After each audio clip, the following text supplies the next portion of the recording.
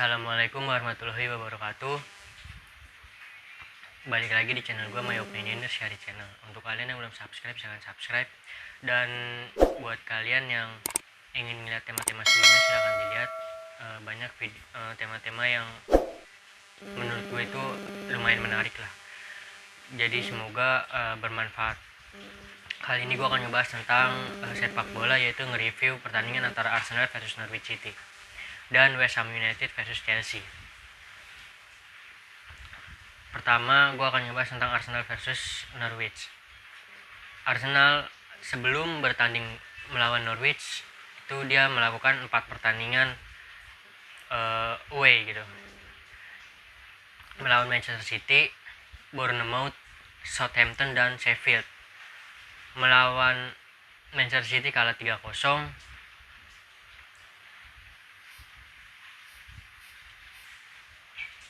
terus lawan Bournemouth kalah 2-1, dan melawan Southampton menang 2-0, dan di FA Cup pun menang 2-1, yang membuat Arsenal masuk semifinal yang akan menghadapi Manchester City.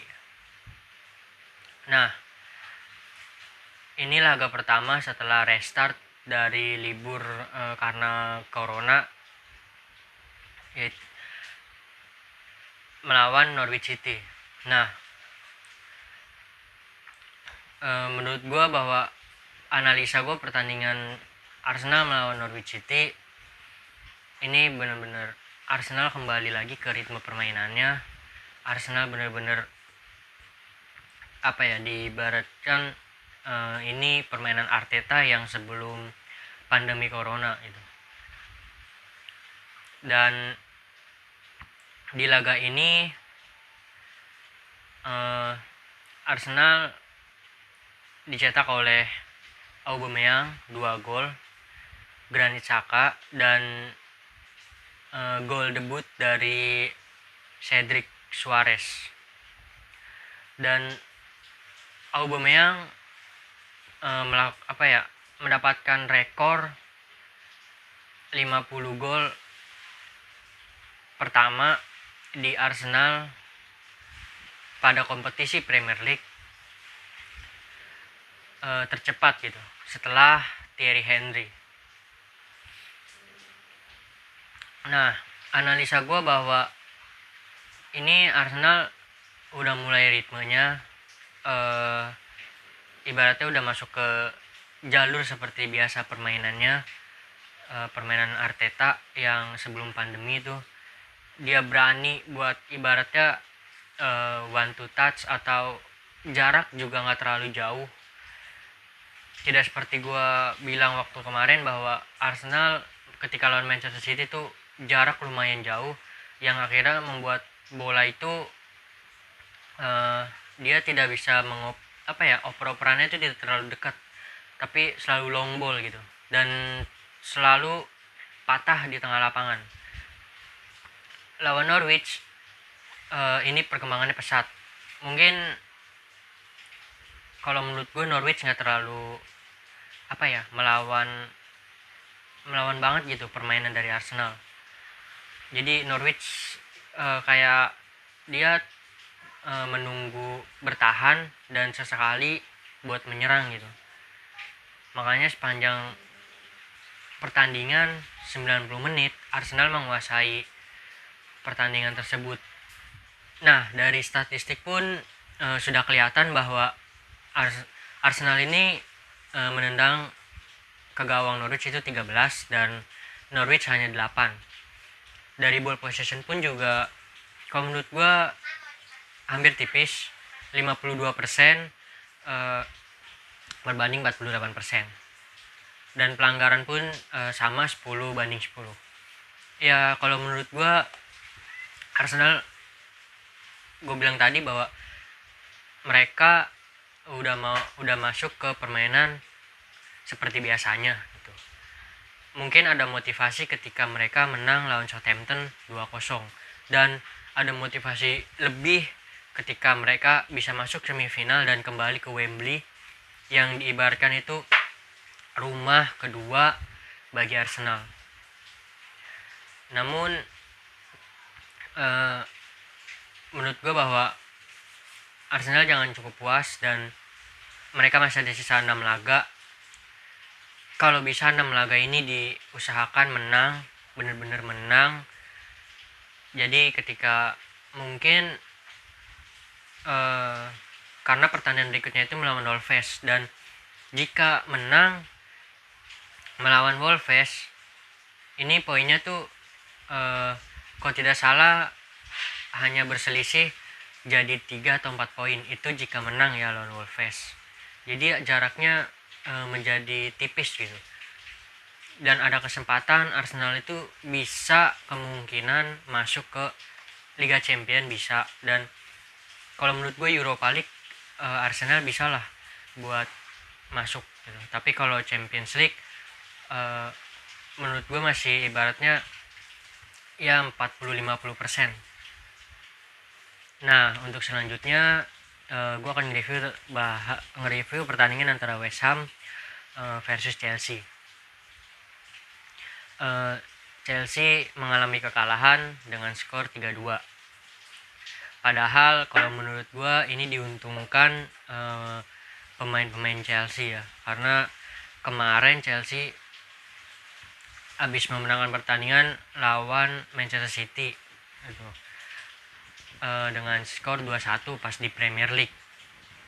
Dan Chelsea pun menang lawan Leicester di kandang Leicester dalam kompetisi FA Cup dengan skor 1-0. Waktu itu yang ngegolin Ross Barkley.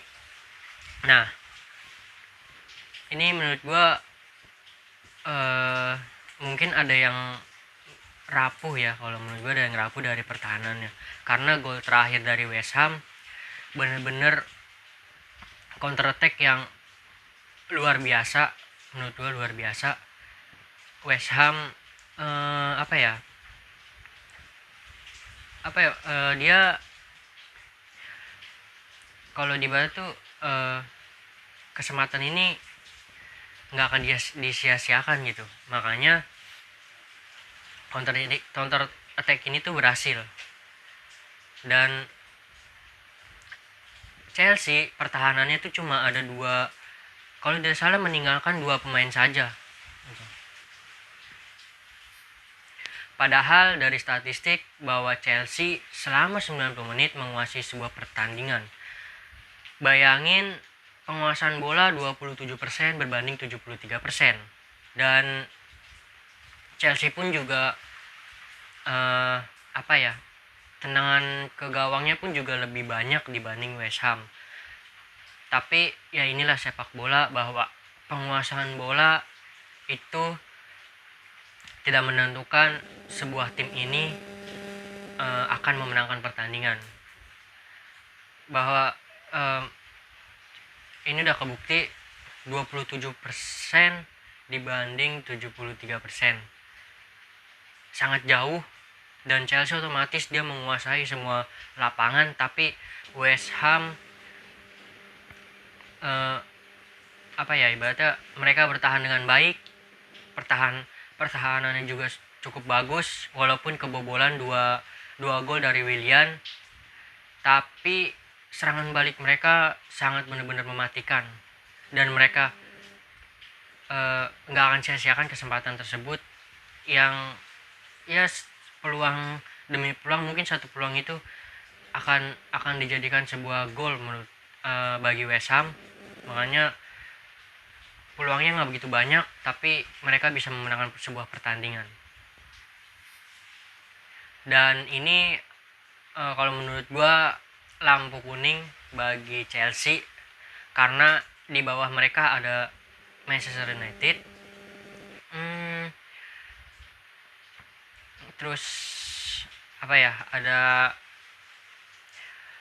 Wolves dan Arsenal juga.